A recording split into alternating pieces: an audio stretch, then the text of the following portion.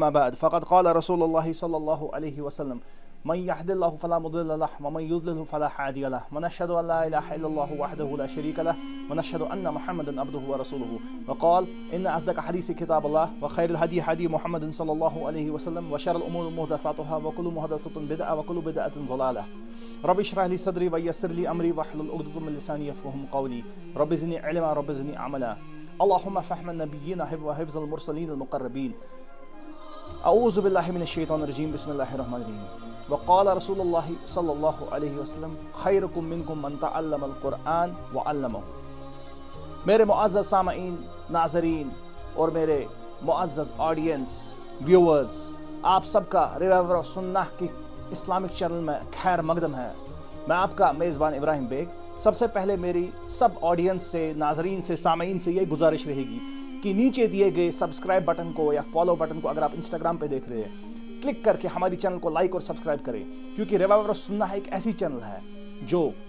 دین اسلام کو فروغ دیتی ہے اور دین اسلام کے جو مختلف لائنز آف سٹڈیز ہے، جیسے تجوید، جیسے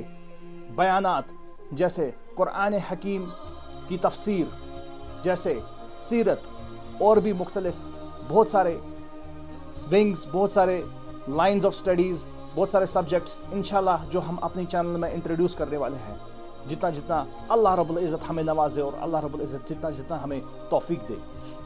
یہ ایک ایسی چینل ہے جس سے آپ کی دنیا کا بھی فائدہ ہوگا اور آخرت کا بھی فائدہ ہوگا. میرے دوستوں، میرے عزیزوں،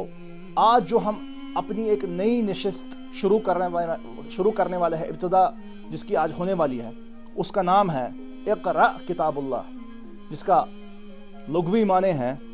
پڑھیے اللہ کی کتاب. میرے دوستوں، میرے عزیزوں، آج کے دور میں جب انسان یہ دیکھتا ہے کہ ہمارے جو طالب علم ہیں، ہمارے جو اسٹوڈنٹس ہیں،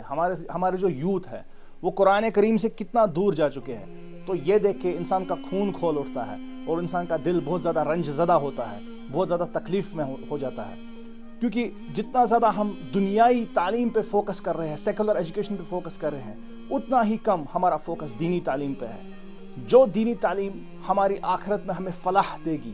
جو دینی تعلیم ہمیں اللہ اور اس کے رسول صلی اللہ علیہ وسلم کے قریب لے جائے گی، اور جو دینی تعلیم اس زندگی کے لیے ہمارے لیے سرمایہ بنے گی جو کہ ہمیشہ ہمیشہ رہنے والی زندگی ہے، یہ چند روزہ زندگی نہیں 60-70 سالوں کی، اس دینی تعلیم کو ہم نظر انداز کر رہے ہیں میرے دوستوں، اوائڈ کر رہے ہیں، اور دنیائی تعلیم کی طرف ہم بہت زیادہ راغب ہو رہے ہیں. ہماری بے انتہا رغبت ہے. دنیائی تعلیم کے لیے ایک پیرنٹ اپنے اولاد کے لیے لاکھوں روپے خرچانے کے لیے تیار ہو جاتا ہے، اور وہیں جب دینی تعلیم کی بات ہو تو درسگاہ تک یا مدرسہ تک بھیجنا بھی اسے گوارا نہیں ہوتا.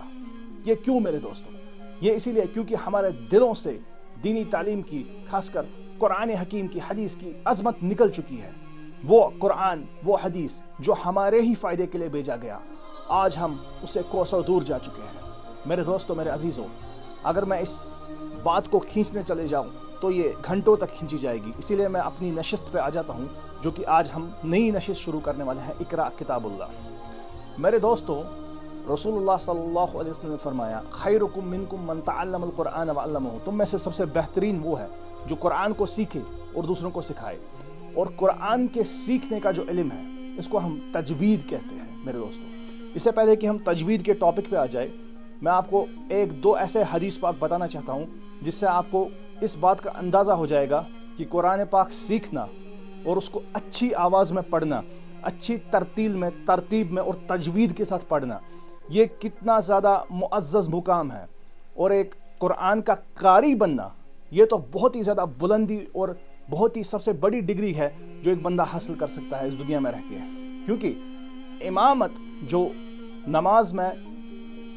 آگے لیڈ کرتا ہے، جو نماز میں آگے لیڈرشپ لیتا ہے پوری ایک جماعت کو نماز پڑھانے میں، اس امام کو مقرر کرنے میں بھی اسی بندے کو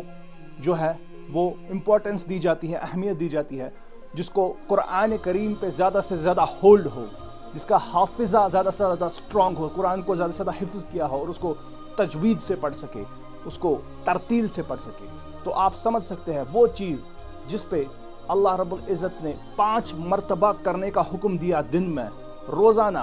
24/7